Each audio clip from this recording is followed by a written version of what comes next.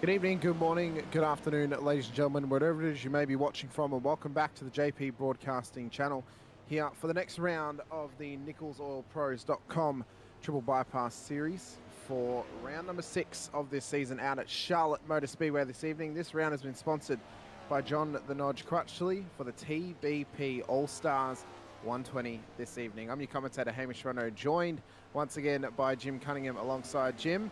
We've been away for an extra week because of the Super Bowl last week. We both predicted the correct winner being the Philadelphia Eagles. Those Chiefs have gone crying home, and Mr. Kelsey didn't get to propose to Taylor Swift after a Super Bowl win because he didn't win. And his brother's team got the win, even though he doesn't play for them anymore. That'll be an interesting Thanksgiving dinner later in the year, I'm sure. But Jim, you know, we've been away from our Triple Bypass for an extra week. Obviously, we spoke together last week in a different series, but how was your weekend? Of course, it's Daytona 500 day today. The iRacing official was across the weekend as well. It's a big weekend for oval fans, and it's a big weekend for oval racing in general. Yeah, indeed it was. I actually did the Daytona 500 this morning for my my try at it, and I got in trouble early and ended up hanging around fixing my car as time went on. Ended up finishing 14th, which is not great, but it's not the end of the world. So that was good, and yeah, obviously Super Bowl. I'm excited to be back with these guys, though. I really miss doing this series. I like this series, and skipping a week was I kind of felt off kilter because I didn't get to do this one. It's all right, Jim. We know that the real trophy is contended in May when the Stanley Cup finals come around. Oh So it's all no! good. Stop. Nobody watching this except for those two Canadians care about the Stanley Cup. There are 5 Canadians in the field. Thank you. Right, but only two of their family members watch. Oh, that's quite possibly. Let's have a look at the points tally though at the moment, Jim. Give us a little rundown of where everyone stands and how everyone's going. So yeah, there we go. We got Steve McClendon leading the. I'm sorry, I got distracted. I saw a little crash on the screen during practice. Steve McClendon leading the points right now with 128, with Davey Hendricks right there behind him at 126. McClendon's strategy seems to be paying off. You know, he's running for these stage wins, and he's doing everything to gather as much points as he can, and it seems to be paying off for him so far. Then we got Ben Harcum and Brad Kress, your next two. Brad had a really nice finish, almost had the win last time out. And we got Jared Jackson in 5th, Matt Harmon in 6th, and I believe he probably runs the best livery in this field. That's the Cunningham Tire one. And we got Tyler Merritt. No bias at all from no, you there, none whatsoever. Tyler Merritt, thumbstick, he's in 7th right now. And Elton Wu, we haven't actually heard a lot out of Elton Wu, but he silently got himself in the top 10 in these points so far this season with some decent runs. And in 9th place, Jeff Slaughter, and 10th, last season's champion, Kyle Dewey. Well, we know that Tim O'Connor, of course, won last time out at Worldwide Tech Center, locked himself into a playoff position later in the season, Jim. So for these points, for these drivers, they want to try and set themselves up. If they can get a win tonight, they'll lock themselves into a playoff spot. That'll give them an opportunity at winning a title in this season. Yeah, that's a big thing. You know, so once you get locked in, then they can have some fun and run. You know, but I really love what really love what Steve McClendon's doing with, you know, he's really calculating it all out, trying to run for those extra points at the stage breaks and things like that. I mean, you can tell he's really focusing hard on the points this season. Obviously, as well, for the schedule for this week, of course, the regular schedule for Triple Bypass. Tonight, the Next Gens, Tuesday, the Late Models, Wednesday for some dirt action, Thursday in the Xfinities, and then Friday in the Gen 3 Supercars as well. So it's going to be absolutely incredible this coming week. We've got a couple more rounds to go, of course, of this series before the prologue, before the playoffs happen as well. But yeah, I mean, I'm looking forward to it. It's going to be good. Qualifying's underway, so we'll get Yeah, some let's lap see. times in shortly of drivers as they're out on the circuit. Yeah, we'll put the old tower up. See once the times start turning in. I don't think anybody's actually Yeah, out on the track yet, but they're out there, but it's lone qualifying, so uh, they'll all be setting their times, and then we'll kind of track it along with the timing tower as they set them um, here tonight. So Mr. Pericini has gone pole off the first lap time of 29.44. So they're quick laps at Charlotte. I mean, it's not a super speedway like Talladega or Daytona, Jim. And Charlotte's actually, it's kind of deceivingly small in terms of the lap time and how quick the laps can be. For 120 laps tonight, if they can average those 30-second lap times and we go without cautions after last time having 15, we should be in for a quick race. But in saying that, it's NASCAR's. It's NASCAR's. It's next gens. It's Charlotte. We could possibly see just an absolutely nuclear explosion out here in North Carolina, and we could possibly see some chaos as well. But as we mentioned, today's race sponsor, number 48, John Crutchley. We'll drag him in when we do have a caution at some point here tonight. Have a chat to him. We have confirmed that the round sponsor is in the lounge. We went to the confirmation levels of finding him and getting him in there, so we have got the opportunity to drag him in and have a chat to him. But qualifying though, each driver has 2 laps across the 5 minutes. Majority of the drivers have set their 2 laps, and Dustin Barton, the Canadian, is sitting on provisional pole in the 13 Camaro. It's less of a mix that we had last time, Jim. Last time we had a pretty even mix of the Camry, the Camaro, the Mustang. This week it's all Camaro. I mean, there's a handful of Mustangs out there. There's only 3 Camrys, but there is well over 10 Camaros in the field tonight. There might even be closer to 15 actually. yeah, there's a lot of Camaros out there right now for sure. A few Fords, but yeah, like you said, very few Camrys at all, which is surprising to me. But that's just I think with iRacing, that's basically just a aesthetics thing, because I believe all these cars are set to use. Well, in real life, they're the same. It's literally just the shell over the car that's different Right. for the NASCARs. So I believe There's that's complete parity between each one, unlike Gen 3 supercars. That's a very contentious point of parity with supercars. Same with BOP for GT cars as well. But the good thing about NASCAR is every car. Well, it's up to the team to make their car fast. It's not actually about the car type itself, because it's just a shell that goes over the space age chassis.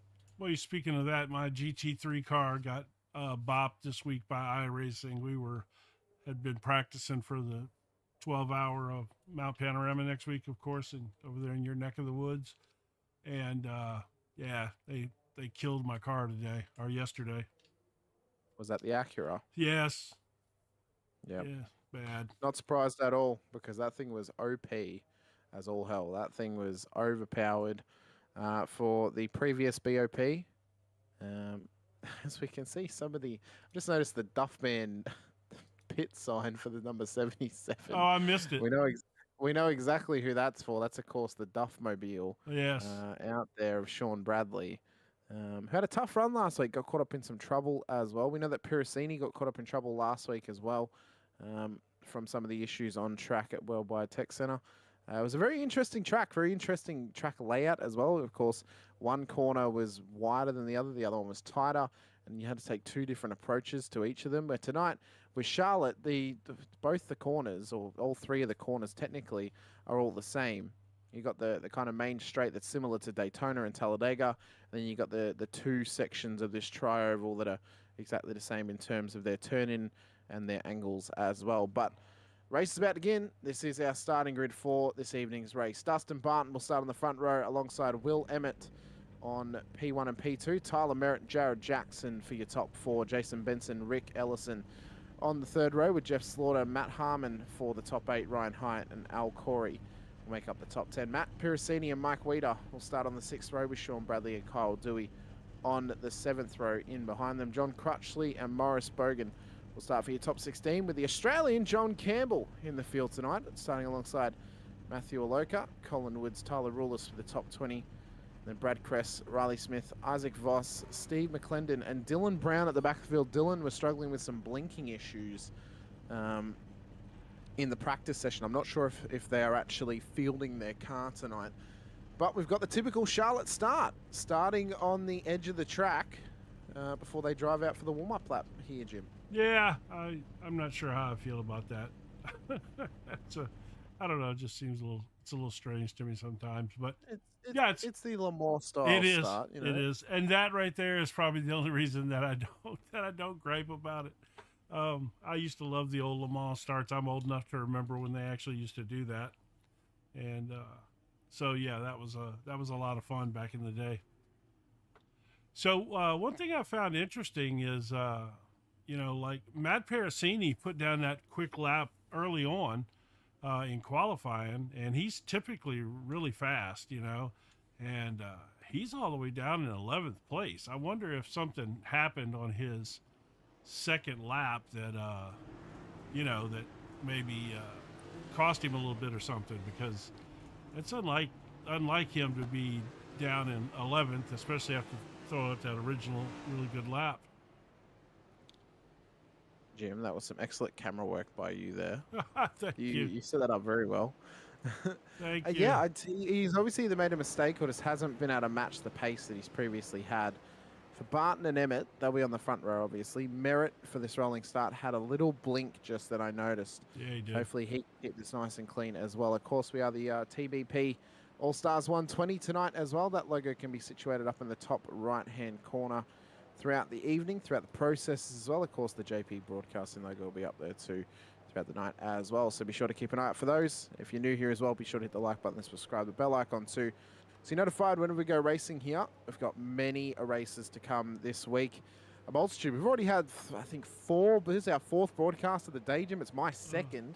Yeah, it might be 5, actually. 2. Alex had 2. It's been absolutely wild. But pace cars in. Let's go green for triple bypass. TPB or TBP All-Stars 120. Green flag for lap 1 of 120. And how long will the green period be out at Charlotte Motor Speedway? The first section of this race. Rocket around turn 1. You can see they're trying to find their lanes at the moment. That's spare for you now. Where you want to place the car, what line you want to take, which way you want to be setting to. Merritt is still struggling with that blinking issue. So he could cause chaos if that gets any worse, because he's a fast pace. He does not have a lot of time to react to someone disappearing and reappearing right in front of you.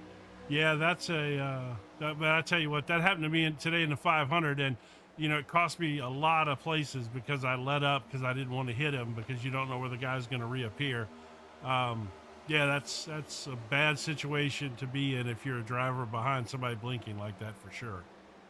Oh, he's just dropped even further. So the blinks are getting worse for Tyler Merritt.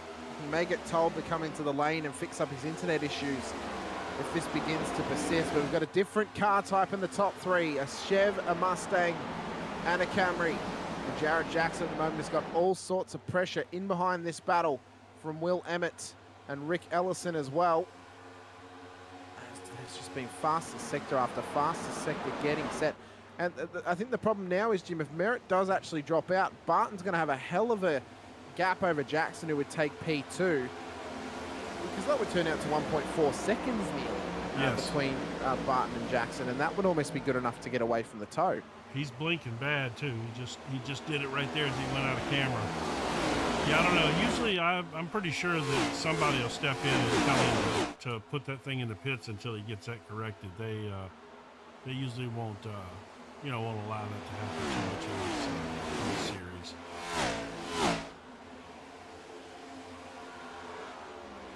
Barton has had a great start. Started the car on pole and has stayed where he started. Only 2 cars in the field have stayed where they started. Barton and then as well Kyle Dewey further back in the field. Everyone else has either gained or lost positions, as Ellison starting to move through the field in the train in behind this as well.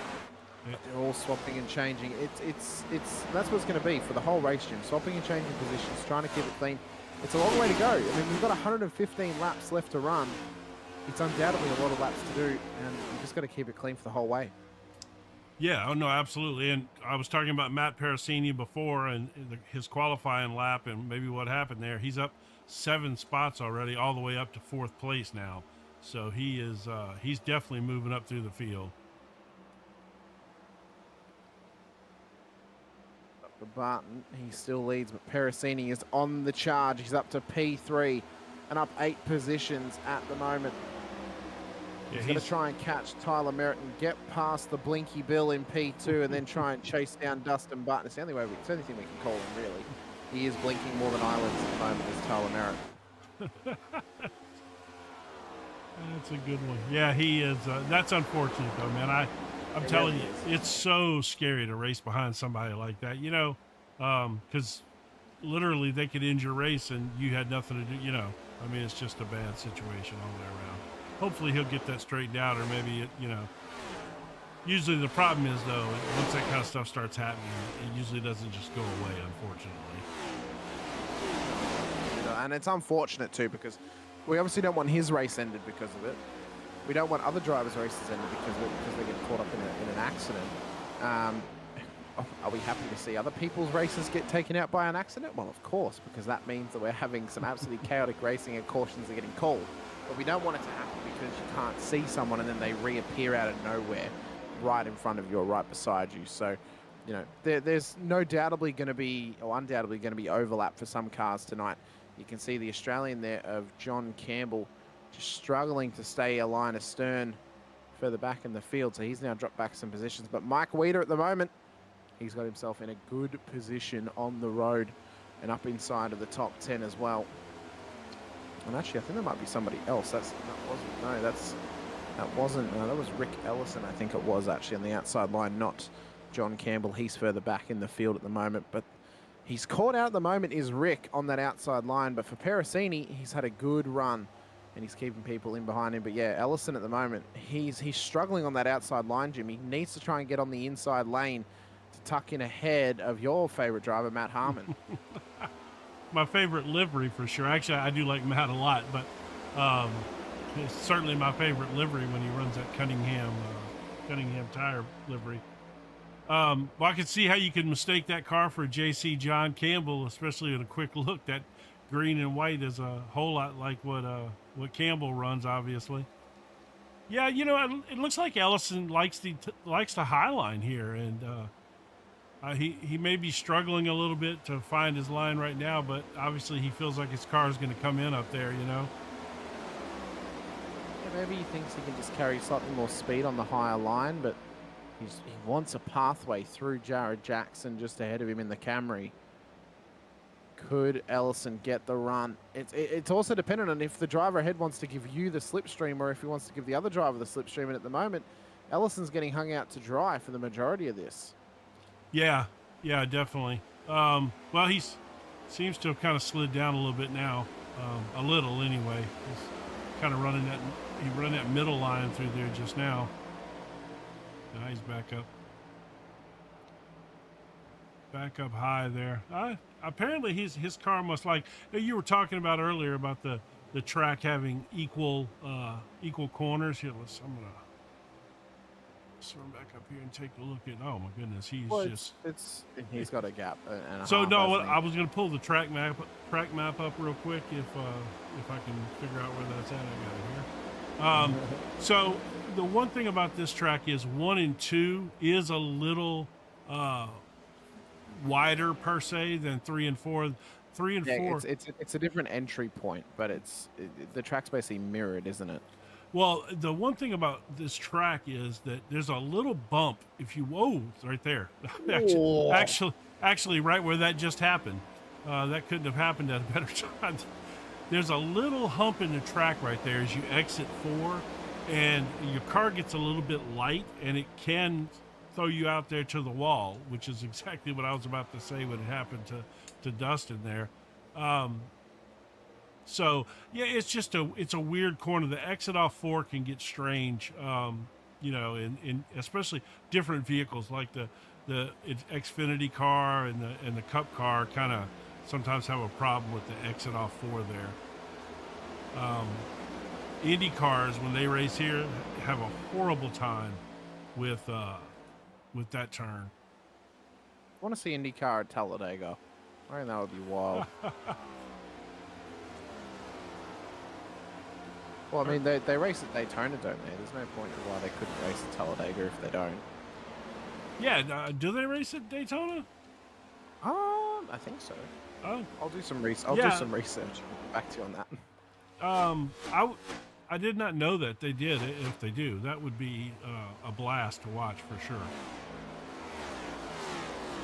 Of course, you know, they don't even race anymore at Las Vegas because, of course, what that horrible accident that killed the.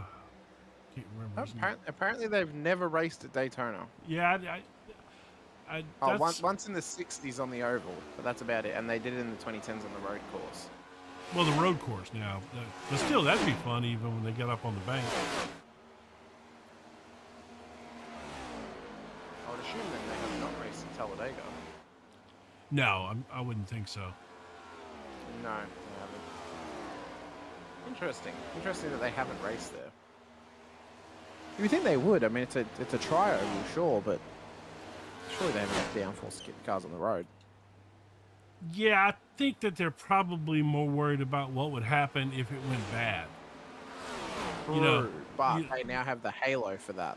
Well, no, I don't mean that. I mean, I'm talking about just getting up. The reason they slowed these NASCAR vehicles down and put restrictor plates on them at Daytona and Talladega is because of they started getting up into the catch fence really bad when they wrecked. Because they would get so much air under the car that they were afraid that it was going to throw them actually, you know, into the high part of the catch fence and actually injure fans. That happened a couple times, and that's when they started slowing these cars down. Let's see what we got. Mike Rita back. Let's see what he's doing back here. Yeah, let's suss up what's happening with Mike. He's also big shout out to anyone watching along with us, of course, as well. Yeah. Oh, by the way, whatever you might be doing, whether you're at home, whether you're at work, whether you're at the gym, possibly as well. That was directed at a particular person who I know is watching and listening right now. Yes, I know that you're listening to me. Keep lifting hard. But you know, it's a great racing, Jim. We're already 20 laps in, out of caution. We've had none. Yeah. Well, I mean, again, that's on this trajectory. It looks like we're going to get to the stage end. Yes. And without a caution, because it doesn't look like we're going to get one at the moment. But I also want to point out the top 5, all Canadians. Oh, there's something wrong with that picture. They are. Well, there sure is a lot of maple leaves up there, isn't there? Golly, look at that. The sticky situation at the front of the field. There's definitely a sticky. So you're in that sticky situation. Yeah. That's so hilarious. I noticed also Merritt had come into pit lane. And then as well the fact that the previous leader was leading. Where have they gone? Oh, by the way, I do want to point out that Matt Parasini now has the lead up there. That's what I was saying. I'm trying to figure out where the previous leader went. It was Sean was no, not Sean Bradley. It was Dustin Barton. He's right there in third. Yeah, he's still there. Okay. Let's see.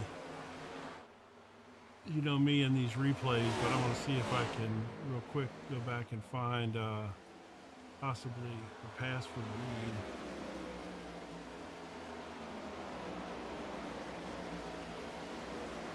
As we find that, Piracini and Bradley side by side for the lead of the race. The 77 and the 24. Battling it out hard for the lead at this point. We know that Piracini's strong. We know he's got good pace. But it's going to come down to strategy tonight. That's where it's where it can make or break your race and where it can make or break your championship. We know if they can save fuel and get to the end of the stage without a pit stop, they're going to be on the benefit for the final part of the race here this evening. Yeah, they. I was trying to figure out what happened to Tyler Merritt to see why he pitted so early. Unless probably he's instead, I'm sure. He probably came in to try and sort that out. Of course, yeah. Well, he came right back out, didn't he? Yeah. Yeah.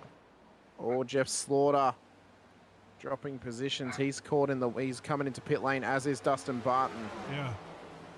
So Barton and Slaughter in. I guess this must be, this must be the beginning of scheduled pit stops, I guess.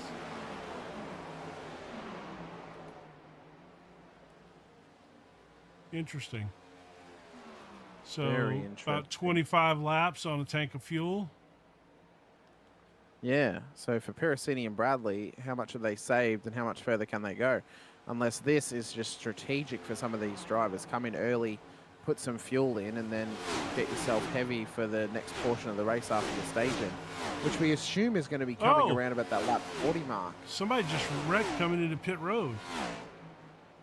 Who was that?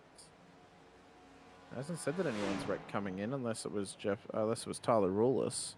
Well, Have a here, look on my end. I'm going to do this the way that James, because the camera. Oh, it was Tyler Rulis. Oh, was it? Okay, yeah. See, right. Yep. I'm backing it up here. I hope James doesn't see this, but yeah, look at him. He lost it coming into pit road. That's so easy. Can happen. Happen all the time. Barton has manually disconnected. Oh, what? Dustin Barton, I was about to say Dustin Martin. Dustin Barton is out of this race and out of the session. He's gone.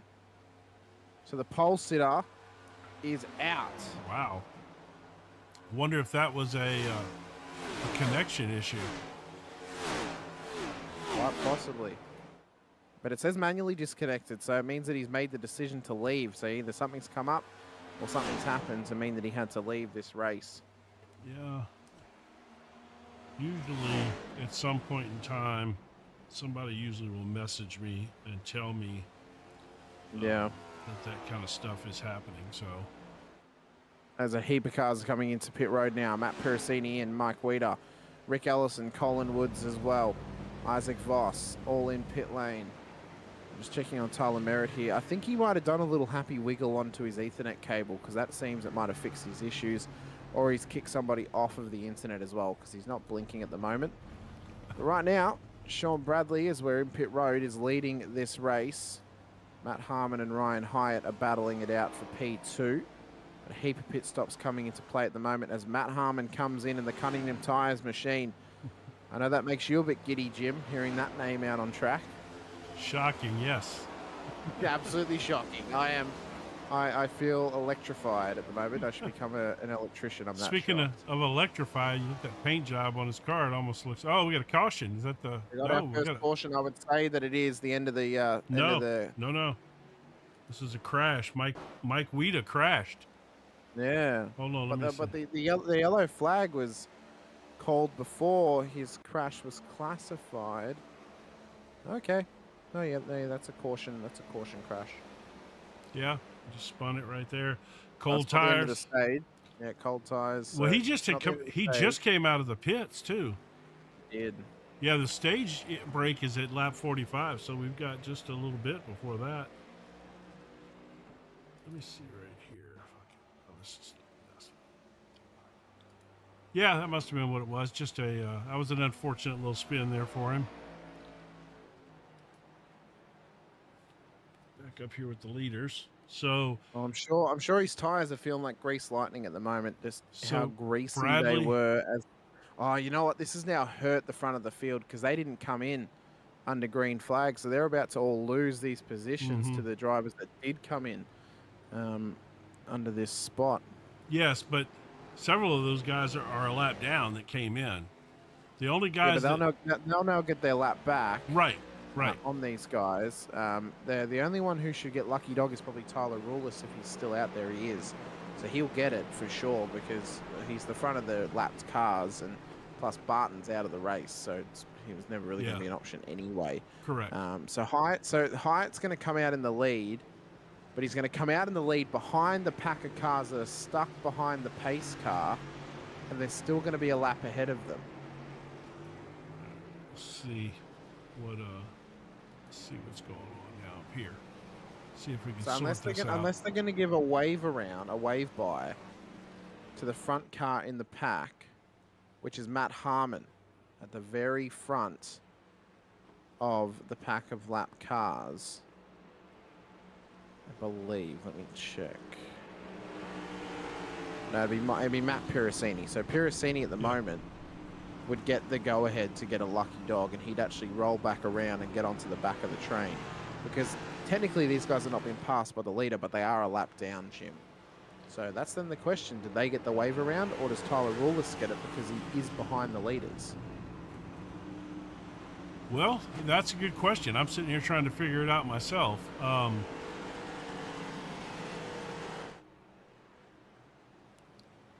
So all these guys here pitted on, so no, the guys up front now pitted on this caution.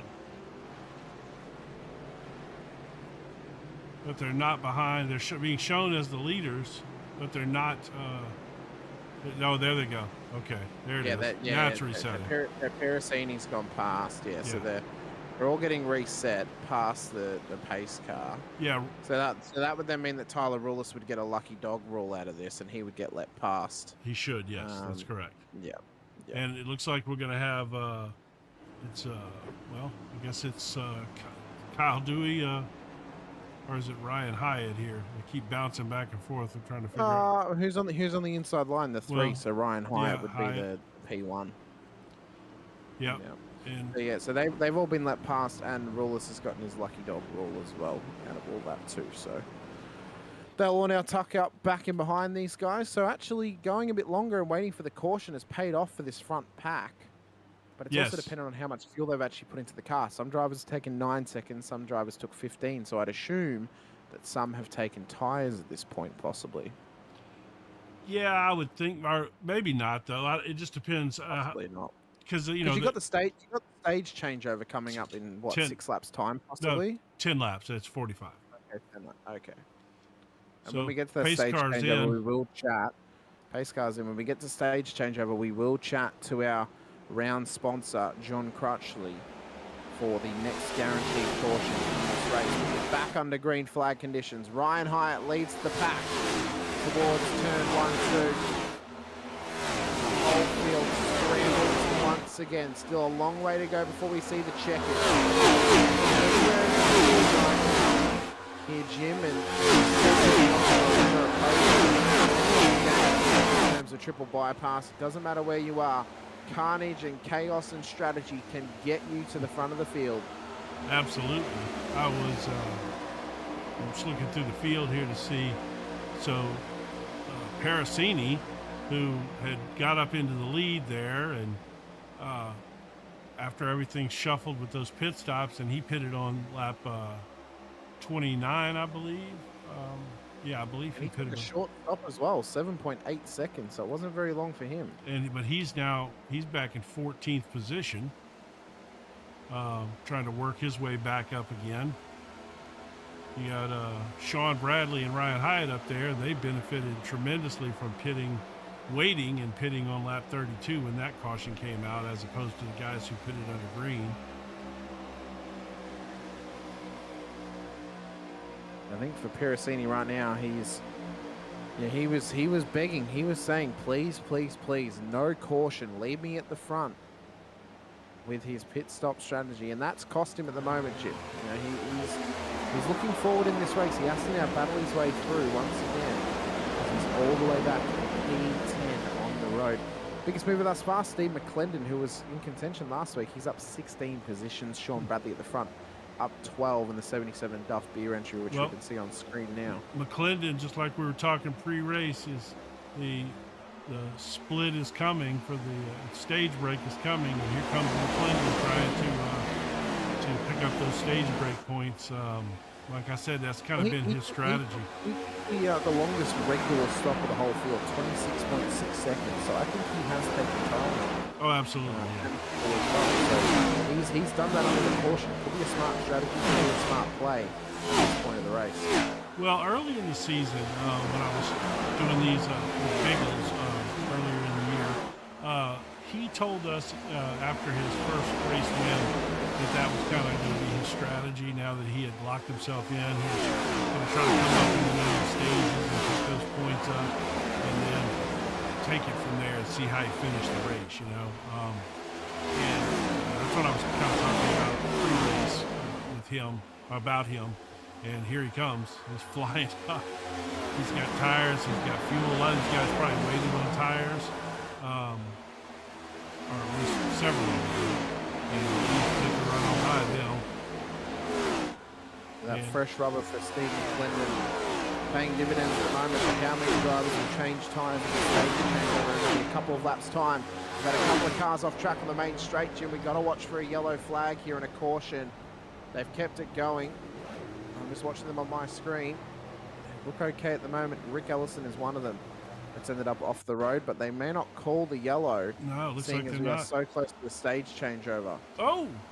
Oh, that was big. 2 cars involved there. That should have brought out a caution. Yeah, for sure.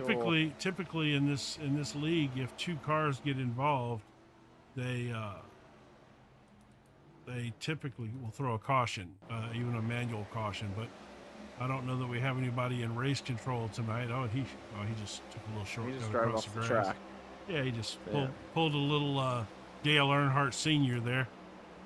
That was pulling the tires, Jim. That's what he was doing. Well, that used to work, actually. That's funny you say that. So McClendon now, he's up to 4th place. He's coming hard for the stage break, but he's only got 2 laps to get it done. I don't think he's going to get there. Well, at the moment for Sean Bradley, he's in the prime position for the stage break to take those points for stage 1.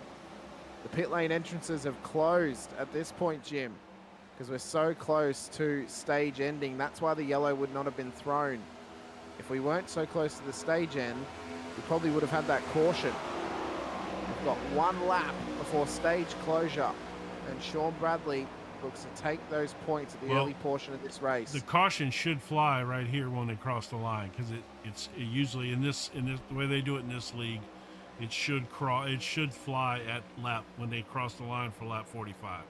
So if I'm not mistaken, it should fly this time. We'll see. They had a little incident a couple of weeks ago where it didn't fly till lap 46, but yeah, see, there it is. And the next caution has now been called for the stage end, and the points have gone the way of Sean Bradley at the front of the field in the 77. So his strategy played off. Yeah. Tyler Merritt, Al Corey, the top 3, Steve McClendon, Morris Bogan, top 5, John Campbell, Ryan Hyatt, Kyle Dewey, Jason Benson, and Matthew Aloka. I believe it's Al. Oh, it is Alica. Yeah. Alica, yeah. I was going to say Alcoa, but that's not right. No, it's not. Stage end, though, let's have a quick chat to our round sponsor, of course, with John Crutchley. Mr. Crutchley, the round sponsor, of course, for the TBP All-Stars 120. First of all, hope you're doing well. And second of all, how's this race that you're sponsoring going for you?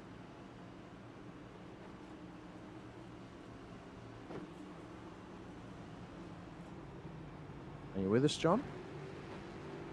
Yes. Hey, guys. How you doing? There he is. Sorry about that. There's the notch. How you doing, man? Hey, I'm doing great. And yourself? Good. So, since you're the race sponsor, I know you're coming in for a pit stop here. We'll let you get pulled into your pit box before we start quizzing you, so we'll give you a second. Sounds good. We should chat while you do that. All right. There you go. So how's the race going for you so far, man? So far, I'm hitting the wall on 4 every time I'm coming out. So, and then I see a lot of loose cars in front of me, and we're all just trying to avoid each other. It's a really loose track right now for some reason. Yeah, I think, Charlotte's always a little rough coming out of 4, man. That gives everybody fits all the time. You're dodging everybody. So it looks like you must have taken tires on your previous stop, huh? Yes, I took 4 tires on lap 39, I think it was. 30, somewhere in the late 30s. In the 30s, yeah. And then I just went ahead and I was just letting everybody just pass me. I wanted to save my tires as best as I could and just go in for gas right now. Yeah, so I think up to 10th. Yeah, it gives you some good field position. That's nice. Well, we wanted to thank you for, let's pop that up while we're talking about it. We want to thank you for sponsoring the race today. And, you make all the race sponsors, the guys that make all this happen. So thank you. Oh, thanks you. and hopefully we'll check back in with you later running up front. Yeah, please. Yeah, it sounds great. Thank you guys so much for what you guys do. And yeah, don't mind chatting with you guys later. All right, buddy. Is it all done? Thank you so much. You're very welcome. Thank you guys. Well, Jim, that's our race sponsor. Yeah, he's a good guy. Him. Yeah, he's a good guy, man. So, yeah, so let's have we got Sean Bradley in there? We do. Let's quickly chat with him about this restart. See what his strategy is, Jim. what's the lights I'll on? run the caution. Lights on or is it off? They look off to me. Okay, we'll wait. Yeah. We'll wait to confirm it. Yeah. We don't want to, especially not the leader, you know. No, especially the leader, because that might give us another caution, which means we can talk to more drivers. Yeah, let's don't do that. No, definitely not. Definitely not. I know a couple of weeks ago we brought in McClendon into the booth to talk to him right as he was pitting, and he missed his pit box because of us. That sounds like a Steve McClendon problem, if you ask me, Jim. Yeah, I bet it does. Indeed, it was definitely a Steve McClendon problem. So Colin Woods is split up there into first. Oh, he didn't come into the pits. He didn't even pit. No, neither did Bradley. Yeah, neither of them pit. All right, here we go. Right. Back to green. They'll take natural digression after they have to come into the pit lane once again. Down the front of the field as Bradley leads them through. Corey's already putting pressure on Woods and tucked it up the inside to get up into P2 before halfway around this circuit once again. Look at the boss man Al Corey out there, man. So he must have done that same strategy. He must have picked up tires earlier and just got a little splash of gas there to top it off, and came out quick. That's good. That's good strategy for Al. Let's put the camera on Al and talk about him a little bit. He's the boss. He's the one that helps organize all this and pays the bills. So we love Al. Plus he does all this phenomenal stuff for this league. Recap videos, I think he does. I'm not 100% sure about that. He's certainly the one that relays all that stuff to us. But yeah, he takes care of businesses in this league and does a great job. And that's a good time to mention that, if you're looking for a league to run some oval track and maybe even those Gen 3 supercars on Friday nights, check this league out. This is a great league. These guys, they help each other. They practice a lot together. Just a really good group of guys. So if you're looking for a league to participate in, this will be a good one. So Jim, as a bald man yourself, do you find any, well, I know that Al is do you find any strategic or in-car advantage to being without hair, possibly some weight reduction? Yes, definitely. No, it's not that much weight reduction at all. I didn't have that much before I started shaving my head. The weight reduction. Any ounces lost at count, Jim. I mean, yeah, well, the weight reduction came for me at about age 35 or so. That's when the weight reduction started. You're wrong for that. I'm going to get you back for that one. Oh, I'm like you. I have a full head of hair, Jim. Well, I did at your age, too. Yeah, a lot of people do at my age. Some people don't, and they're the ones you got to feel bad for. Yeah, I got a nephew who's relatively close to me in age, but and he lost his. I mean, his hair turned completely gray at about couldn't have been more than about 24 or 25 years old, and he went completely gray. There must have been something in the water. Well, it's funny you say. Funny you say that, because when we were kids, we used to have this swimming hole that we used, and it was I don't know if you know what creosote is or creosote. It's a treatment they used to put on poles, I think, to keep them from rotting, like telephone wire poles and stuff.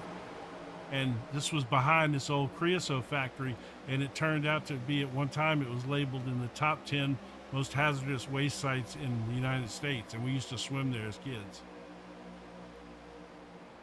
That might be the reason why you're bald, Jim, and why his hair went grey, possibly. Probably so. All right. Well, Sean Bradley's got it stretched out here a little bit too.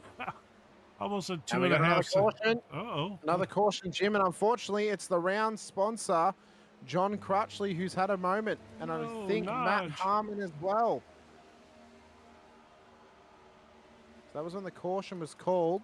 Let's just quickly have a look at. There's a moment just below it.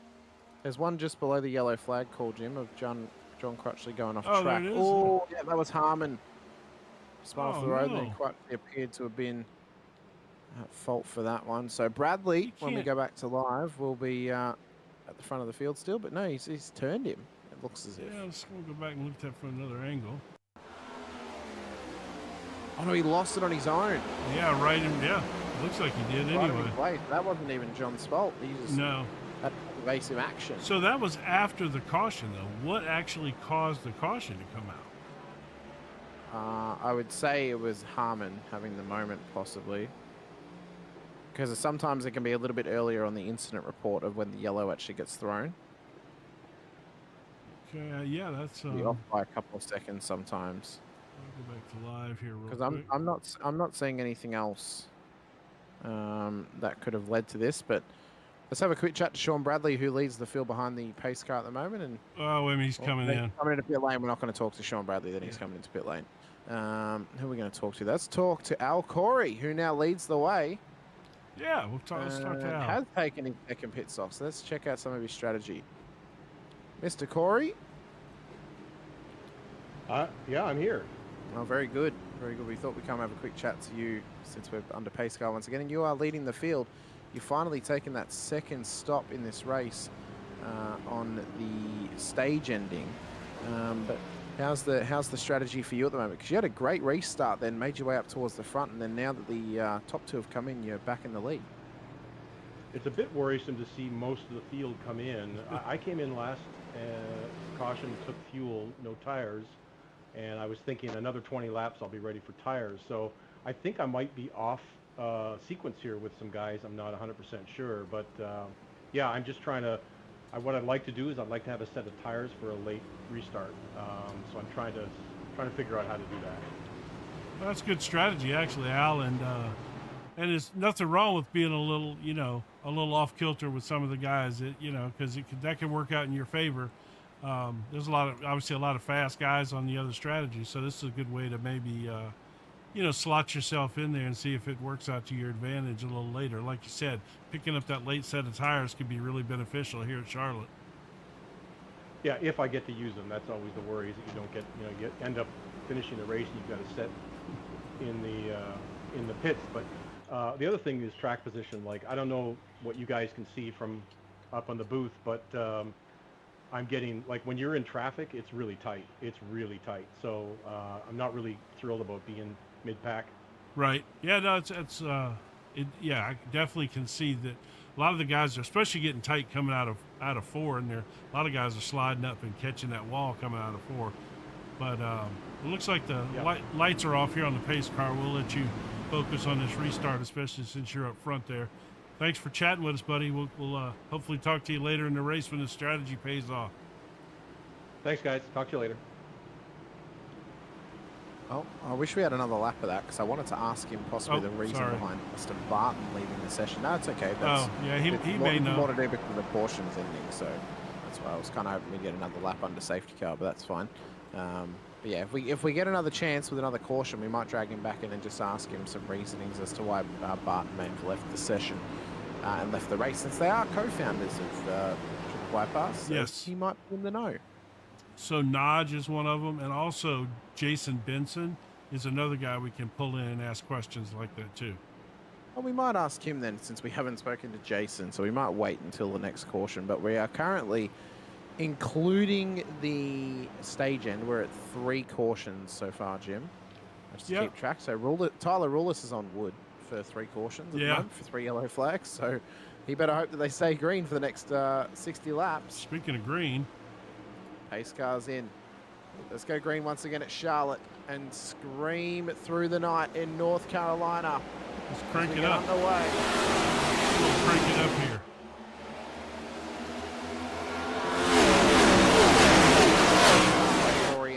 Piracini as well. Jackson and Bogan, Campbell, Bradley, all battling. Which lane is the right one? The absolute maximum.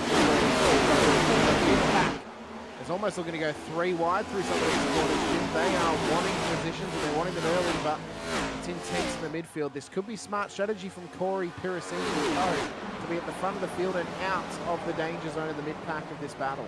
Yeah, I think Charlotte's definitely a track that if you can get up front, you know, you just never know. This is one of those kind of tracks that, like when you're at Daytona, you know it's going to happen. So you either try to be up front or way back, you know. But mid-pack at Charlotte can get dangerous for sure.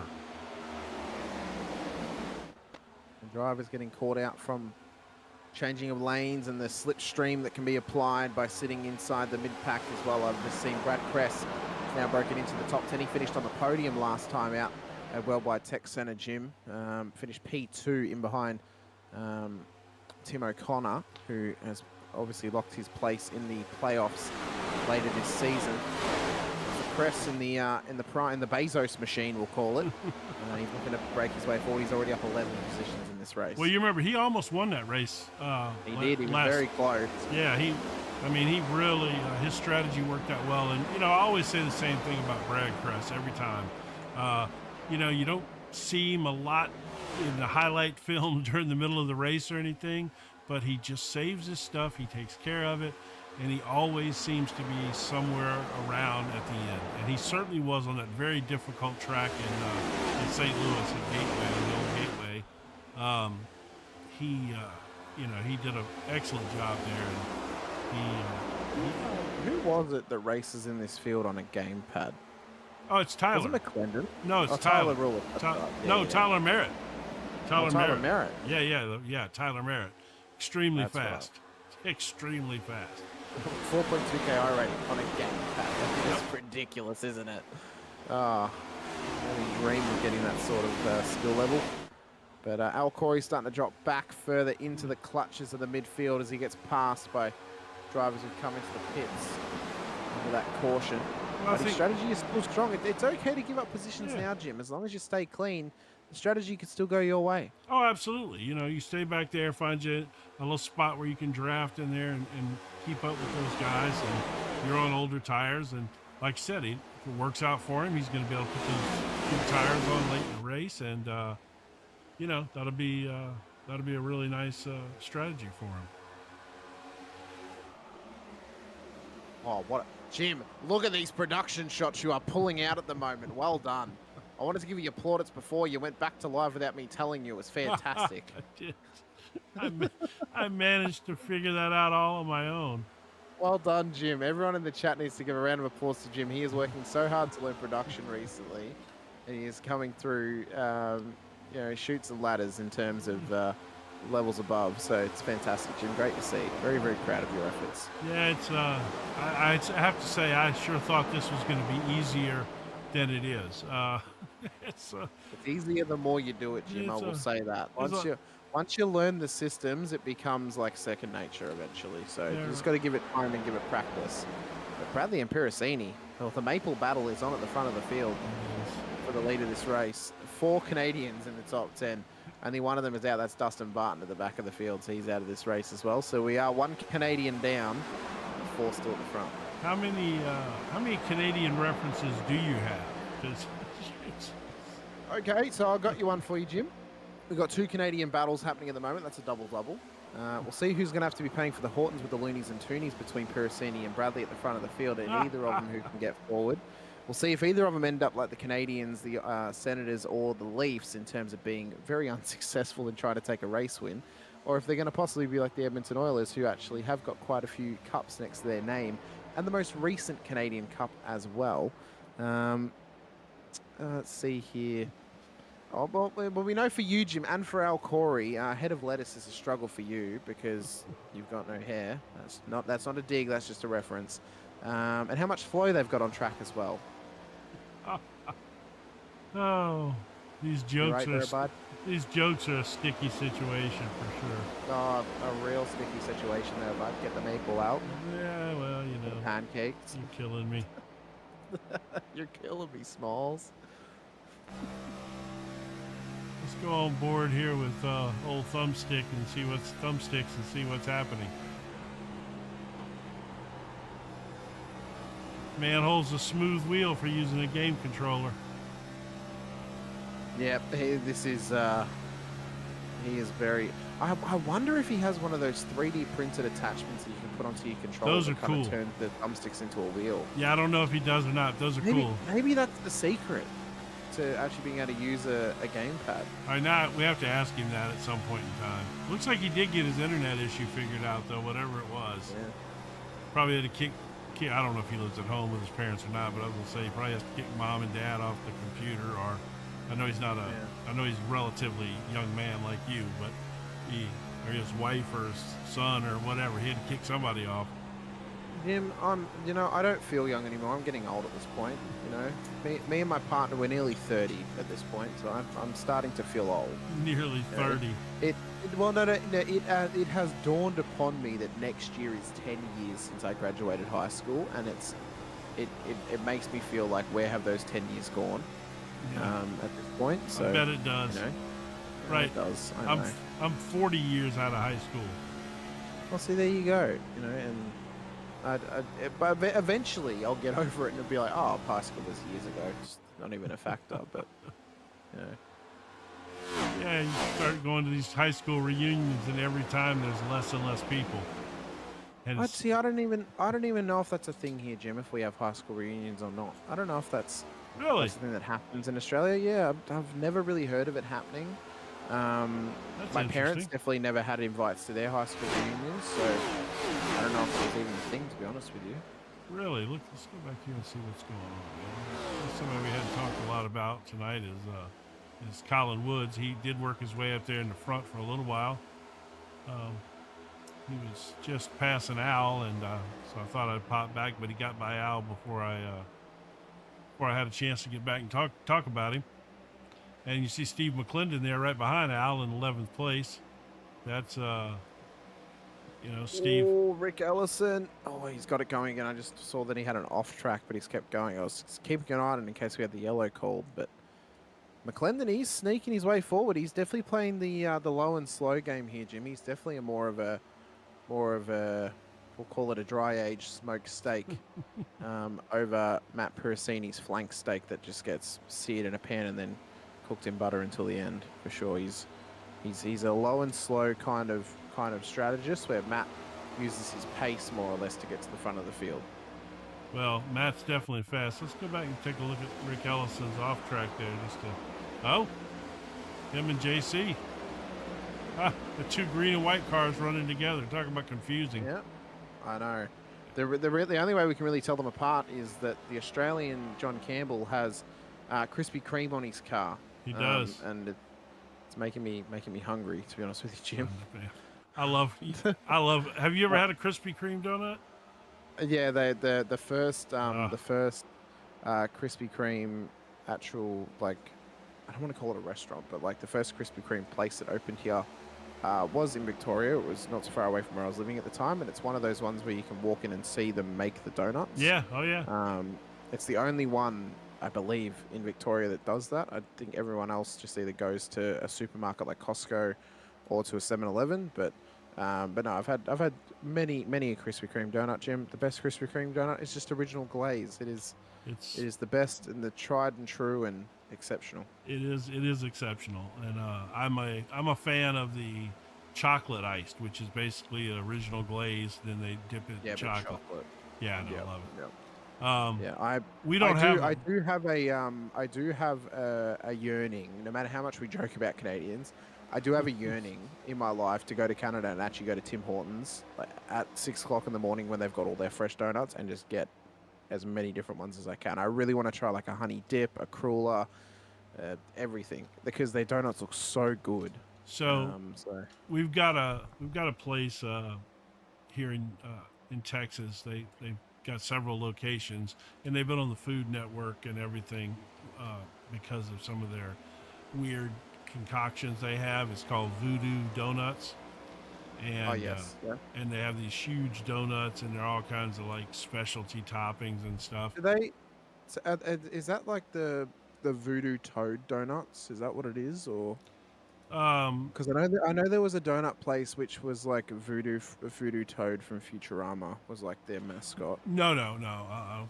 It's they're like, then their signature donut is like this little zombie donut or something from Voodoo, Yep. and so whenever we go, my wife and I have season tickets to the theater. So whenever we go into downtown area to go to theater district to go watch a show, we end up going by Voodoo and picking up a couple donuts, eat them the next morning. But yeah, they're at these huge donuts with like all kinds of crazy toppings on them and whatnot. Like, Well, there's a place here that's become a bit of an institution called Daniel's Donuts, which is very similar. Does stuff like that as well. They're a bit more pricey though than Krispy Kreme, I found, and like the gourmet style of donuts where you can get like a lemon cheesecake donut or whatever you want, pretty much as a donut. I mean, they have their place, but just an original place, just absolutely. Spot, Absolutely. And it's, $12 or like $16 for a dozen. Can't go wrong. It's good. Look at Brad Crest there. Off the dash of Cress's car. This is feeling like this would be real a good Talladega Nights angle at the moment. I feel like we're looking at Ricky Bobby. I tell you what, that'll be a good one when somebody's passing on his left. I'll pick that tip up from somebody else I know. Oh yeah, somebody who you used to know. I don't know where that one came from. But yeah, so there's Mike Weeda. We hadn't talked a bunch about him tonight either, but he's running pretty strong there as well. He's up there in 5th place, and didn't he have an off track or something earlier? Or maybe not. No, Krez didn't. No, Weeda. Did. Oh, Weeda. I don't know. I might be wrong. You know what? We're 84 laps into this race. We're 3 cautions in, and we're kind of going through the motions at the moment because the field is starting to spread, especially Sean Bradley, Palmer, and Matt Pericini. Well, that's what it's a great battle pack here in the mid pack. Yes, I definitely want to go back and talk about some of the drivers that we don't have the opportunity to talk about a lot during the race. Sometimes we're spinning our wheels a little bit. Jared Jackson's had a good run. Yes, he's down 2, but he's been around this battle the whole race. Definitely staying in the fight as well. Kyle Dewey as well. He's up 7. He's in this fight too, just in behind. So they're going through the motion, but they're staying in the train, staying in the fight, keeping themselves clean, which is ultra imperative at the moment for this race. I mean, we're past the halfway point, Jim. We've got roughly 35 laps to go for these drivers this evening, and it's about surviving those 35 laps, making sure you can get to the end, making sure you can get to those final 5 or 10 laps and battle for this win, especially if there's a late caution and it brings everyone close together. And Jim, if there's a late caution, people are diving in, they're taking a fresh set of tyres if they've got them, just so they have the fresh rubber to push to the end and get that grip advantage over the rest of the field. Well, speaking about diving in,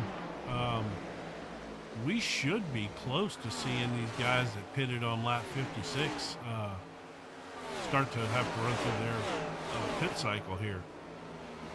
Well, even those who pitted at 45 under the... well, there's none of those left, I don't think. Oh, no, they've all pit, actually. No, that's right. Yeah, no, 56, and that's 30 laps on a stint. So I'm not exactly sure what the fuel burn is here, but the initial round of pit stops, some of those guys were stopping at lap 25. So we might start seeing some here pretty soon, Let's jump on back here and talk about Will Emmerich for a second. He's the one that says he put on. Jim said put something here for my car when I made him pick a team. And he says, Jim, oh, I thought they were pitting right there. That is an interesting paint scheme he's got on that thing, isn't it?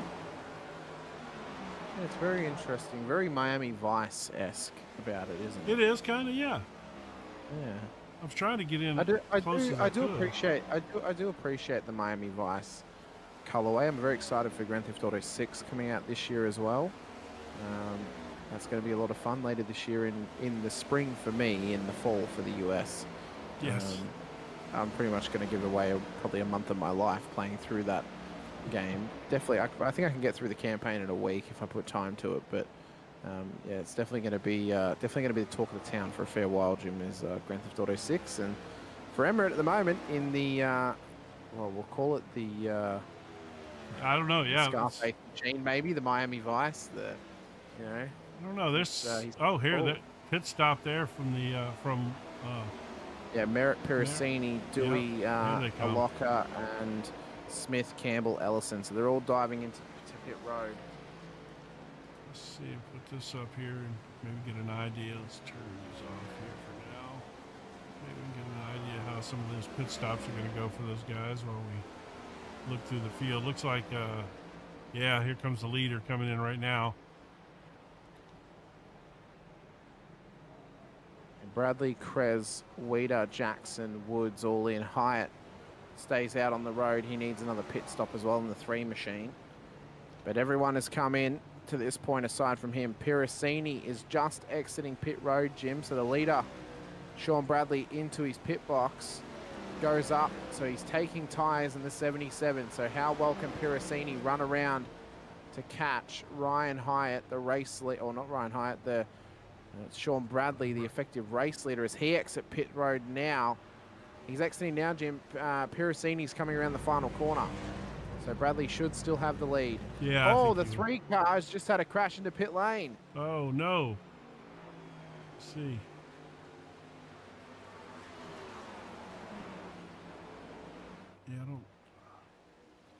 Yeah, not doing a good job finding that one, unfortunately. See if I can get the leader back out there and let me see if I can get Ryan Hyatt. So if you find him entering pit lane, Jim, you'll see it. Yep. Just 1 second here.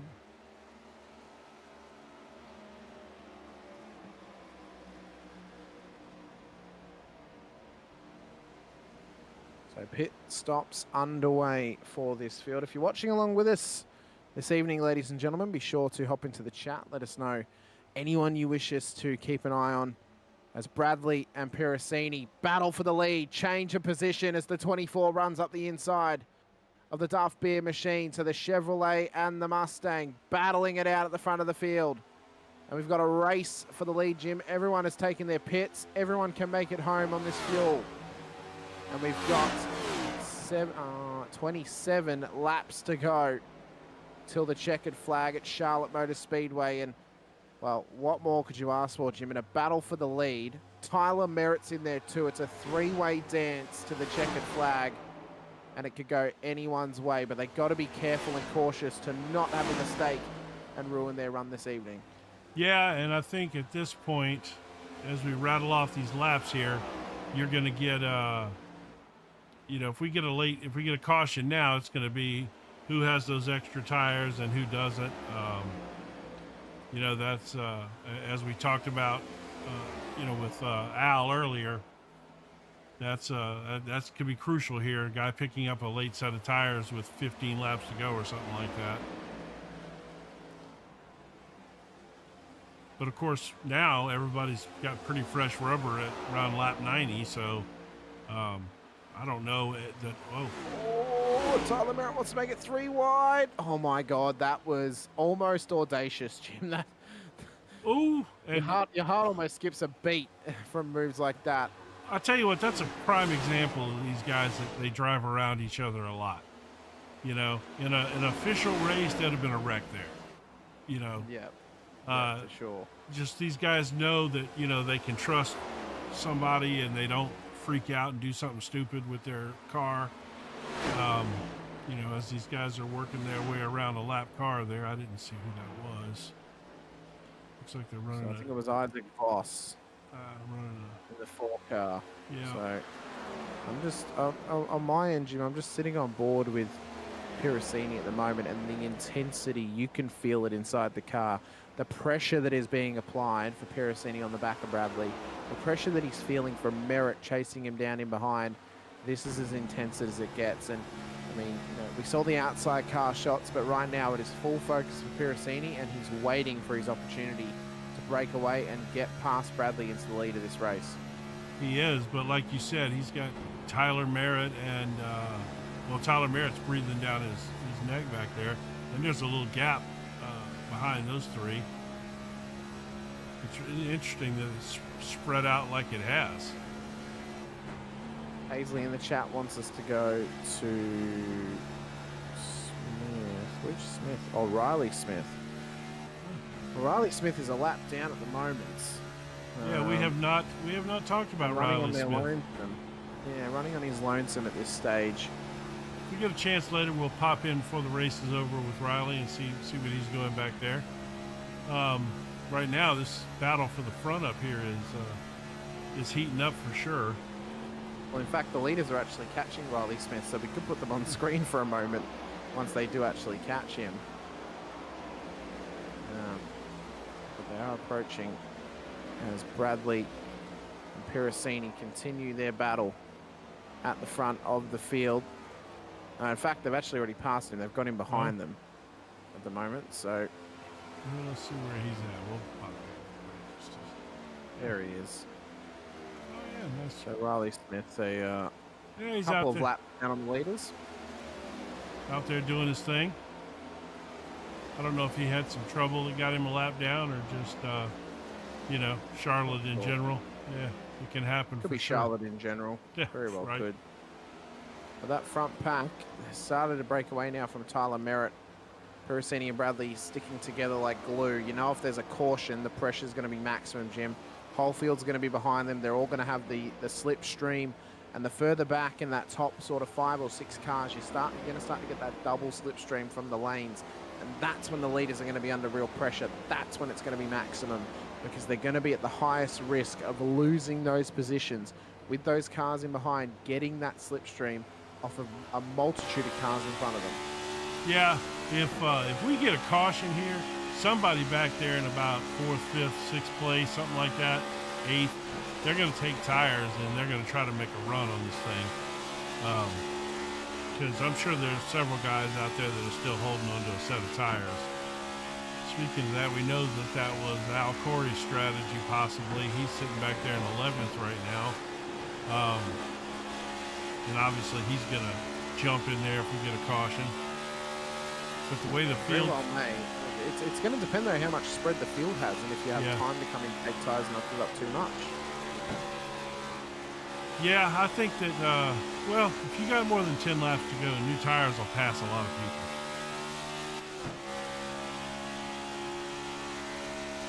Piracini's closing in on Bradley. Of course, that's then we got a lap car running around up there on the top side. Staying out of the way. No, that can't be. Is that McClendon? Yeah. Yeah, it was McClendon. He's going slow, so the strategy has not paid off. Yeah, I don't know what happened there. Steady run here this evening. Yeah, he's way off the pace.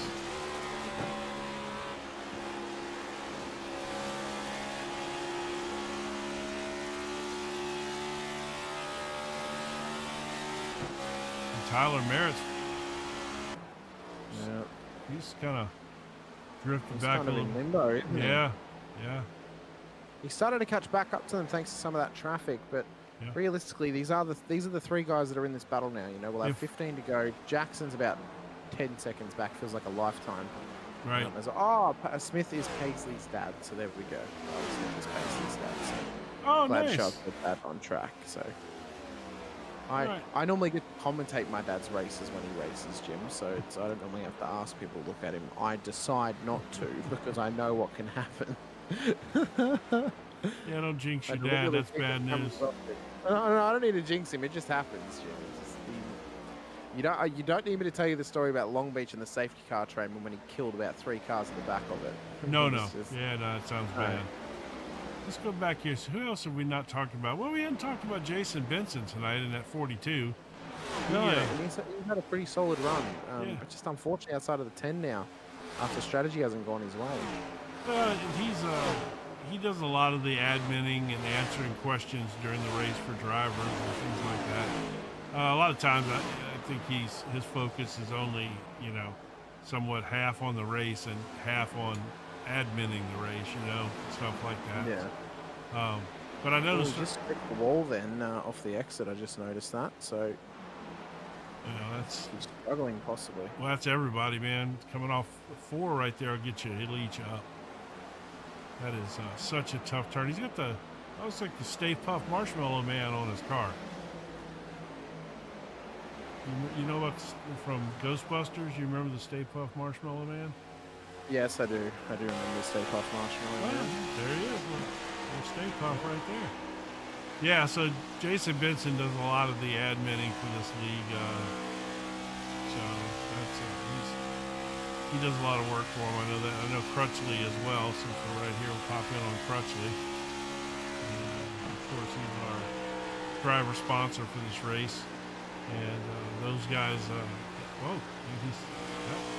Al Corey? He just flew by. It was Al Corey. I don't know what Al's doing there. That's interesting. Yeah, the race sponsors here, the drivers, they keep the broadcast going. They, each one of them contributes a little funds, and they make these broadcasts happen, which we're of course thankful for, and I'm sure all you guys out there at home are thankful for as well. Let's pop back up here and see how our front guys are doing. Yeah. So big thank you, of course, to John Crutchley, today's race sponsor in the number 48. But for Piracini, he's dropping time to Sean Bradley. Gap is now 1.6 seconds without a caution on the horizon with 10 laps to go. It doesn't look likely that Piracini is going to be able to catch back up at this stage to the 77. And I tell you, he's up 12 positions in this race thus far, Jim. It's been a great job from him. Bradley is flying, man. His car is hooked up. I mean, those are fast guys behind you. We know how fast Tyler and Matt are. You got Matt Harmon back there and Jared Jackson, and he's just walking away from them right now. Almost a 2-second lead on this track is huge. Now, he is coming up on some more traffic. That could throw a monkey wrench in his plans, so to speak. Yeah, there could be a bit of a monkey wrench for him, but at the moment he's looking like he's the one to beat, and I don't even think that the lap traffic's going to catch him up too much. I mean, it's a bit different than a road course, of course, Jim, because you're not having to brake and slow down. There's not much possibility for lap traffic to block you. With this one, it's oval racing. You get into the slipstream, and then you go for the move around the outside or on the inside. I mean, it seems a little bit more straightforward in terms of it. It's realistically, he would really only be getting held up if he caught the pack, which the pack is up inside the top 10. So that would be an extraordinary effort to catch the pack that's up inside the top 10. But at this stage for Bradley, he is 7 laps away from locking himself into a playoff position and battling it out for the championship at season's end. So let's pop this up. We'll turn this dashboard off, and we're going fast. Smith is still 2 minutes behind the leader and still on lap 109, Paisley. 110. So they're still a fair way back. They're not, as Rulis comes into pit lane, so Riley Smith's actually about to gain a position back there, so there you go. So Rulis is in. So I'll tell you what, I'll do this here for Paisley. Let's see if we can do this with the board over there. So Paisley, if you look over there, the timing board is going to shift the bottom guys so you can see your dad's name there and see what position he's running in. I fixed it where it would do that. See how it's doing it right there? And you can take a look at it and find your dad. So we are now 5 laps to go, and Sean Bradley has almost a 3-second lead.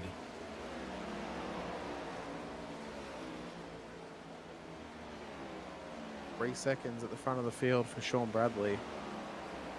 Matt Piracini, Tyler Merritt as well.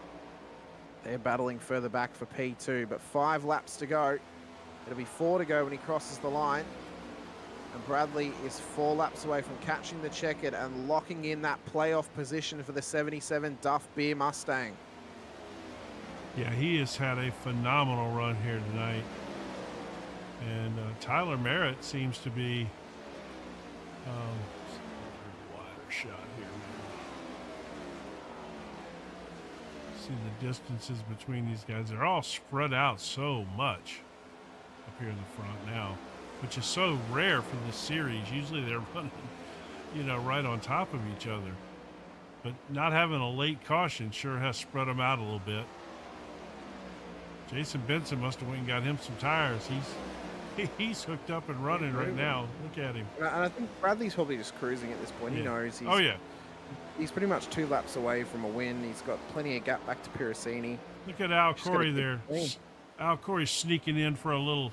Want to make sure he gets a little TV time. Going to pass the leader here at the end of the race. 2 to go for Sean Bradley. 2 to go before he is a race winner here in Triple Bypass. So, sponsored by John Crutchley for the TBP All-Stars 120. And right now, Sean Bradley looks to be the biggest star of them all. One thing I didn't mention tonight I want to do real quick. Tex Nichols is, of course, the series sponsor with NicholsOilPros.com as we come down to 1 to go here with Sean Bradley out front. Tex Nichols wanted me to let everybody know that he is still running that crazy, ridiculous promotion he does where if you send him an email, he'll put you on his preferred customer list. 25 for the first year, 25% off. Everything you purchase, free shipping over $100. So make sure you take advantage of that. Wanted to mention that since Tex isn't here, as Bradley's coming around to take the checkered flag. What a phenomenal run for him tonight. A fantastic run from Sean Bradley, who was the latest winner in the Triple Bypass Racing NicholsOilPros.com series for round 6 at Charlotte. He has locked himself in to a playoff position, an opportunity to win this championship. I didn't talk about my buddy Jeff Slaughter tonight. He's still running the 2 big 8s for me. You probably don't know that joke, but he used to run a big 8 and a little 8, and I couldn't see the little 8, so I kept calling him the 8 car when he was the 88. So he runs the big 8 for me now. Yeah, man, what a phenomenal run for Sean Bradley tonight. I have to say I'm blown away by that. He did such a good job there tonight. Paid off immensely well for the 77 Duff Beer Machine, who currently is lighting up the rears on the main straight at Charlotte Motor Speedway as he's taken victory lane. We'll drag in our race winner, Sean Bradley, race winner this evening in the Duff Beer Machine. Incredible strategy, built some gap out over the last few laps over Piracini, and you've claimed yourself a playoff position later this season. Congratulations. Yeah, thank you. That was a nice clean race at the end there. It's exactly what I needed. Yeah, you pulled out a nice gap there and just and opened it up. And I was waiting, for something to tighten the pack back up, but it didn't happen. And your car was really, really hooked up there at the end of the race, man. Yeah, it was just 3 and 4 was the trick, just being as smooth as possible without getting the rear to step out on turn 4 every time, because that was what was burning up everybody's tires, I think, and making it really a handful. So being smooth was key. Yeah, no, it absolutely was. And this is your second win of the season, isn't it? Didn't you have a win earlier in the year? Not in next gen, I don't think. Okay, maybe not. I get them confused. I follow you guys so much in every series that it's hard. Sometimes it's hard to remember. But what a phenomenal run you had tonight, man! Congratulations. Yeah, thank you. And big thanks to Nodge for sponsoring this race, and also, of course, Tex Nichols for sponsoring this series, and all the other guys who put this league together. Yeah, I missed having old Tex here tonight. I think he went to do something fun. You got anything for him, Hamish, you want to ask him before we let him go here? No, well, I already know that Sean is not from Alberta, so I don't need to collect him for my Canadian collection. Ontario, actually. Yeah, no, I know. I gathered when it said your hometown is Ottawa, so... Yeah, apparently he's an Australian that's fascinated with Canadians. It has to do with hockey. It's very confusing for a guy from Texas. I just want to find more Oilers fans, Jim. That's all it is. But there's plenty of those out there, apparently. I know there is, but no, sure. No, congratulations. A great effort this evening. A great win next to your name. You've locked yourself into the playoffs. So congratulations. Thanks so much for coming and have a chat to us, and best of luck next time out on track. Yeah, thanks, guys. Cheers. All right, buddy. Yeah, thank you. So you want to bring in Matt Parasini? Well, he's not in there, so Tyler Merritt is in there if we want to chat let's to him do about Tyler. his race. Oh, we get to ask him the question, Mr. Merritt, Mr. Gamepad Yes. extraordinaire. We need to confirm this because we questioned if you might do. Do you have one of those 3D printed clip-on add-ons for a controller that kind of turns the thumbstick into a little wheel? I do not. Oh, okay. So this is a pure thumb game at this point. So it's a regular 360. It's a regular Xbox Series X controller, I believe. Yeah. Oh man, I tell you what, we need to get you a wheel and pedal set just so we'll. But then you'd lose the nickname. Oh, I have like a really old one laying around that one of the admins from the old league before this one got formed, same group of guys. I've got it sitting around, but it's just old enough to where I wouldn't be competitive with anything. And I'd say I like I could just turn my controller on and race kind of thing. I mean, that is cool. And, it makes you always get a lot of attention, especially from me, because I know you know that since I started broadcasting these races, I constantly talk about that because it just blows me away how fast you are. So you figured out a way to keep your car on camera. Now you just got to go get some sponsorship dollars to make that pay off for you. Oh, Wizards is my sponsor. It's just enough to pay like my monthly iRacing subscription and maybe like 2 cars a month, but it helps out more than you think it would be. Oh, that's nice. That's great. But, so Hamish, you got anything for him? No, I don't think so. I think you drove a great race once again, Tyler. Somehow you've found out how to drive quick on a controller, which I have no idea how, but phenomenal effort. And how many hours? Trust me, this car is the bane of my life. I said to Jim last time that even though ovals are actually quite difficult and they're deceivingly difficult, it's a bit easier on the controller compared to a road course because you're only actually having to go one direction. You're not having to go to the right. So have you found that's a little bit easier on the ovals with the pad compared to a road course? No, actually, I find road easier actually. Really? I suppose it's more. Well, the only thing I don't find easier on road is like the Indy cars on which. Technically, it's the road cars when they go to oval like the Indy cars because there's no steering ratio. Mm-hmm. And dear Lord, I tried racing those things at I think it was Auto Club one day. Not a good time. So since I was like, what? So since you brought that up, now let me do a little digging into your thumbstick success story here. So when you change, what kind of steering ratio do you run? Do you run like a 16 or a 14 to 1, or do you run something really tight like an 8 to 1? For the Xfinity car and most trucks I actually run 12 to 1. Right. If it's something like Atlanta or Atlanta, or let's say, I'll say maybe like Michigan or something like that. Like Chicagoland Auto Club. Yeah, I'll run 40 to 1 just because steering's a lot more. You gotta be like extremely consistent with that. Well, like the smaller intermediates and the short tracks, I prefer running 12 to 1 just because I can make quicker movements. Right. And tire saving isn't as crucial there. Right. But yeah, the problem with the next gen is I don't really like the car in real life, but that's their story. That's just my only problem with this car is you get behind someone, you can't damn pass them because of the dirty air. Well, that's true. That's my only problem with this car because I tell you, I don't like the fixed setups at all. But I don't know how Matt and them found out Premier, but Premier's been doing a pretty good job with the setups because I don't like this car usually, but because of fixes, I've actually been liking the racing. I kind of wish we did a little longer fuel runs just so tire saving would really matter. But even with how it is now, I mean, you got to those first 10 laps, as I've been told by one or two guys I know at ESC, since I'm part of them now.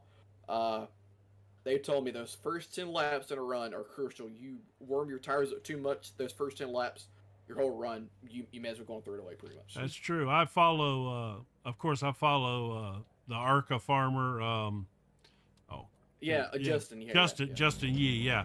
And in fact, I even take lessons from him. He's helping me out a little bit. You know, that's his whole game is tire saving, and I find it very interesting that you do that you're able to save your tires with that thumbstick. Because if anything, you would think that would be the negative, you know, to the thumbstick is, you know, just the fact that the car, you don't have as much feel, you don't have force feedback, so it's hard for you to tell when the car starts sliding a little bit, you know, and stuff like that. Oh, I mean, I have my vibration set up to where it only vibrates when the tires are losing grip, which helps a lot. Interesting. One thing I will say real quick before we get off topic. Yep. Next time you talk to Justin, just mention to him how Tyler beat him at Iowa. Does he know who you are? Or? Oh, I'm friends with him. Oh, okay, he yeah. was mad. All right, well, I'll give him some. I'll give him some crap about that. Actually, I was supposed to take a lesson from him the other night, but I had to pick up a race. But yeah, I'll give him a little crap about that. Yeah, back when I was still with McConaughey, this actually happened like 2-3 weeks before I left. He asked me what my tire wear was after. I said it was like 50. I said that's like my worst that's my worst tire wear all week. I said before that race, my rear front had been like worse than 72. And he's like, I just lost to someone with 27% less tire wear, worse tire wear than me. I said, yeah. He's like, I'm quitting. I'm quitting. He's a good guy. For any of y'all don't know him, he has a YouTube channel. His name is Justin Yee. DJ Yee. Yeah, DJ Yee. Yeah, and he is.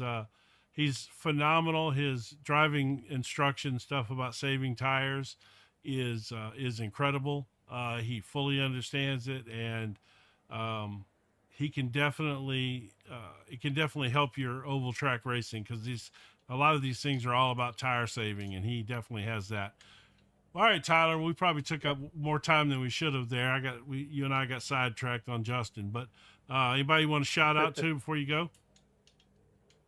Well, I want to thank my sponsor, Wizard Products, for always being the guy's really great. John's the CEO. He actually, whenever I tag the company on my other team's Facebook page, he watches live or watching the next day, which is really great to see.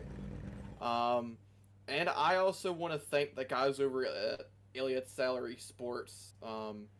They took me in at the beginning of the year, and it's been really great racing for a NASCAR driver that I actually was a big fan of as a kid. Even though I no longer watch NASCAR, I'm still a fan of him.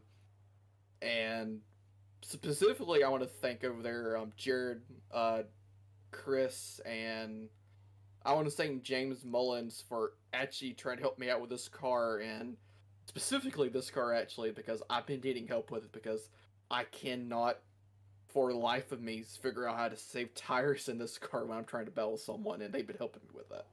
Well, that's some good guys over there. And of course, yeah, Elliott Sadler is one of my all-time favorites, man, all the way, you know, when he was running Cup, and then all the years he's been running the Xfinity Cup stuff too. I love him. Yeah, he's a great guy. All right, man. We enjoyed talking with you, and we'll dig into that Elliott Sadler thing next race maybe a little bit when we get a chance to talk to you. Road America is gonna be my baby. I'm ready for that track. Oh, that's right, huh? Yes. Yeah, that's gonna be fun. I'm a road course ringer while also still being pretty fast on ovals. Yeah. Well, that's gonna be fun to watch. Then I'll keep that in mind. We'll see you next week, then, buddy. Yeah. You guys take it easy. All right, man. man. Good night. Thanks for the broadcast. All right, Hamish. Sorry about that. I got sidetracked there talking about Justin and saving tires. It's all right, Jim. It's all good. But no, big thank you though to everyone who joined us this evening, and to the drivers as well. It's a phenomenal race. didn't hit the 15 cautions that we had last time, so that went a bit quicker than last time anyway. But no, big props to you, Jim. You're learning and you're getting better at production every single week, so it's great to see. And a great job tonight once again. Thank you for being here with me once again as well. Big shout out to everyone out at Triple Bypass for letting us broadcast the series for them. It's an absolute pleasure to bring the NicholsOilPros.com series to you, especially for round 60 tonight at Charlotte Motor Speedway as well. Do we have this? Do we have a calendar, Jim, to see which the next race is in this series, or do I need to find it? Yeah, I do not. So I do not have one. So we'll have to. You'll have to. That's okay. I've found it. So next week we'll be out at Road America. That's going to be fun. For a road course race. So this is going to be epic. 28 laps next week. Lap 12 is the stage end. So watch out for that one next week. Here for the Nichols Oil Pros Cup Series, brought to you by Triple Bypass Racing League as well. Big thank you to John the Nodge Crutchley for sponsoring this race here this evening as well for the TBP All-Stars 120. We really appreciate that from him. And as well to NicholsOilPros.com for sponsoring the Series 2. But I'm Hamish Mono, joined by Jim Cunningham once again. Big thank you for joining us here on JP Broadcasting. Be sure to hit the like button and subscribe the bell icon as well, so you're notified whenever we go racing here.